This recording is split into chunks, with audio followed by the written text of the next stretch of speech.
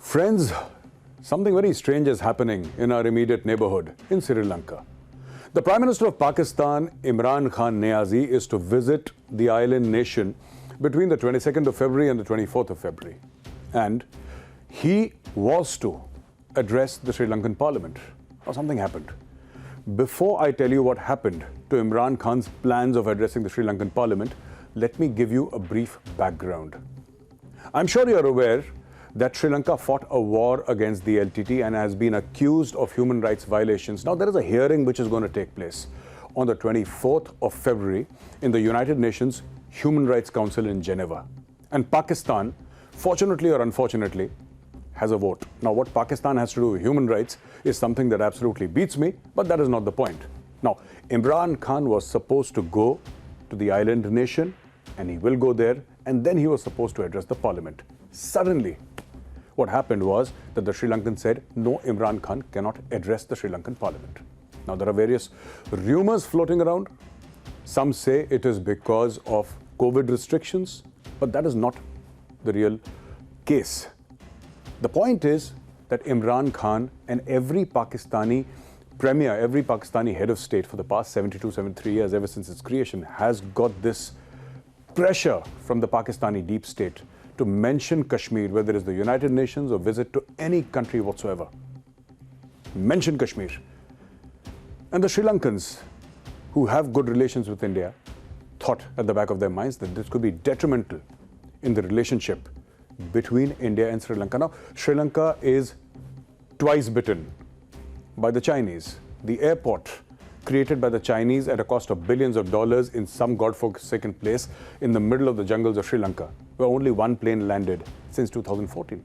And then the Hambantota port, which they created, which is a loss-making port, and now the entire land of the Hambantota port, including the port structure itself, is in Chinese occupation for the next 99 years, and it will be with the Chinese for the next 99 years. Now, this is something that has spooked the Sri Lankans. Coming back to the present scenario of Imran Khan's visit, India will not take very kindly to Imran Khan going to Sri Lanka and in their parliament mentioning Kashmir. So, the Sri Lankans said, let us get rid of this embarrassment called Imran Khan Niazi, and that is exactly what has happened.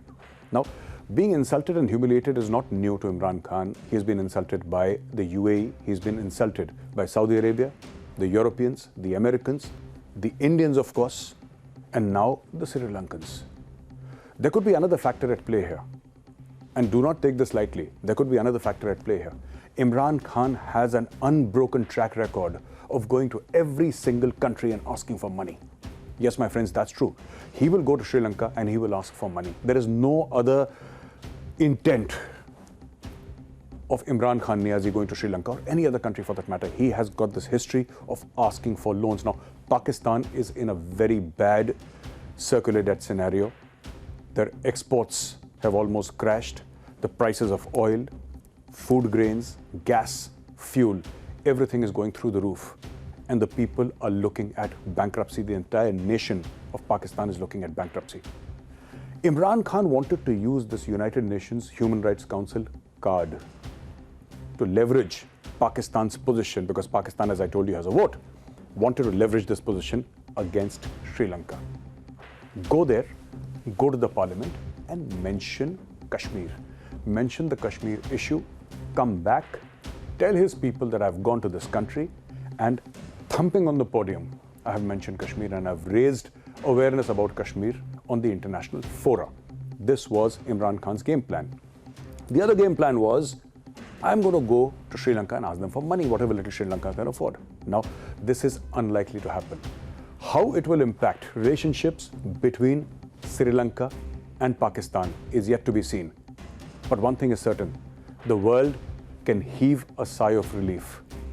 There will be no more joking around on the highest podium of Sri Lanka. There will be no more asking for money, and Pakistan will no longer be able to raise the dead Kashmir issue once India has abrogated Article 370 and 35A. Kashmir has fully integrated with the rest of the country. Pakistan has no play here. And I don't think Imran Khan in the future should go to other countries and mention Kashmir, because nobody is interested. And I will tell you why. Nobody's interested because there is a difference between a love affair and international affairs. Now, Pakistan seems confused about the both. Pakistan treats international affairs exactly like it would a love affair. Why do I say that? I say that because foreign policy of Pakistan always has this huge emotional thrust. Now, people don't understand the Kashmir issue. People don't understand it. They've always been saying this is a bilateral issue. Pakistan tried to internationalize it. Pakistan fought wars for Kashmir. Pakistan started terrorism for Kashmir. And Kashmir is the reason why Pakistan is staring at bankruptcy. 3 generations of Pakistanis since 1947 have lived and died with this obsession of Kashmir one day becoming a part of Pakistan. Now, this is like riding a tiger.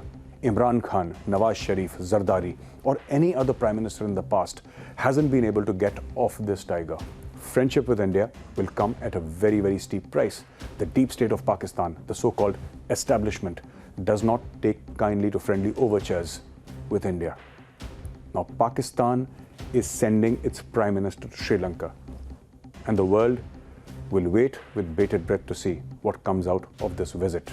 I, for one, am sure that nothing will come out of this visit because he is not being given, Imran Khan Niazi is not being given the parliamentary platform to address the Sri Lankan parliament. He's not going to be able to address them.